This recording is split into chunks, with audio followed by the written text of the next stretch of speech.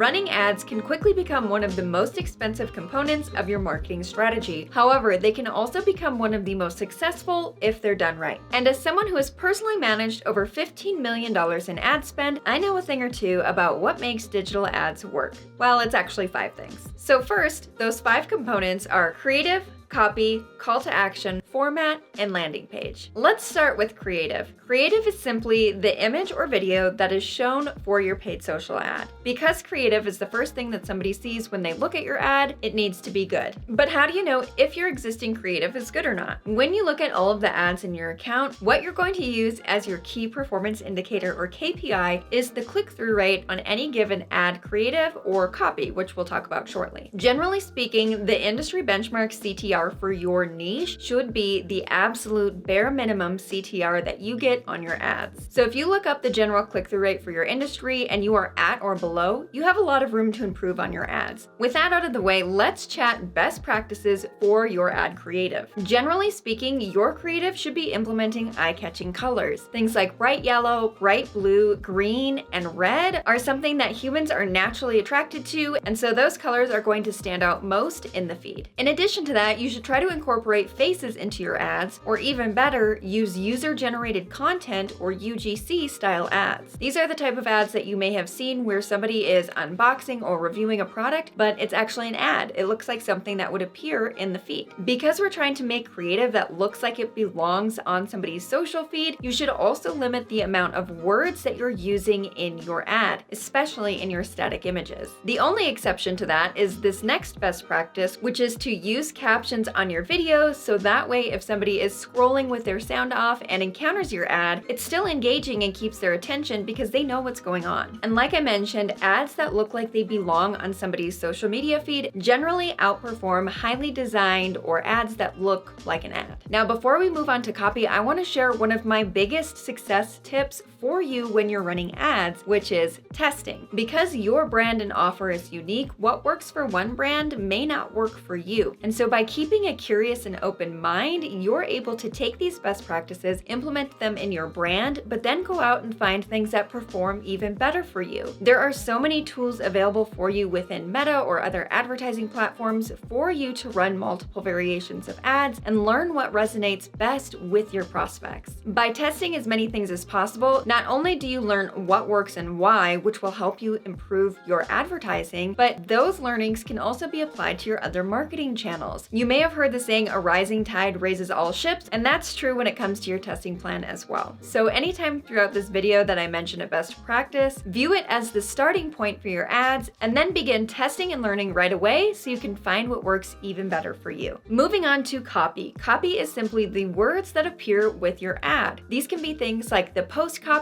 the headline, the call to action, and even the words that appear in your ad itself. There are 3 keys to success when it comes to writing copy. Be intriguing, use clear and concise language, and tell viewers what the next step is that they need to take. Now, one of the questions that you may have when it comes to copy is how long should the post copy be? And this really depends on your offer. I have one client that has 2 different offers, and long copy works well for one, while short copy works well for the other. And you can actually find out not only what copy works best for your brand, but the desired length and call to action included in your copy by using the dynamic copy feature on Meta. This is a tool that doesn't cost anything extra to use. You simply put in 5 post copy variations and 5 headline variations. You can also test a few descriptions, though those aren't as important for advertising performance. And you can do that in every ad that you run on Meta. By doing this, not only will you learn what type of copy performs best, but what copy performs best for each of your campaigns. And now that you've perfected your copy, it's time to turn our attention to your call to action, or CTA.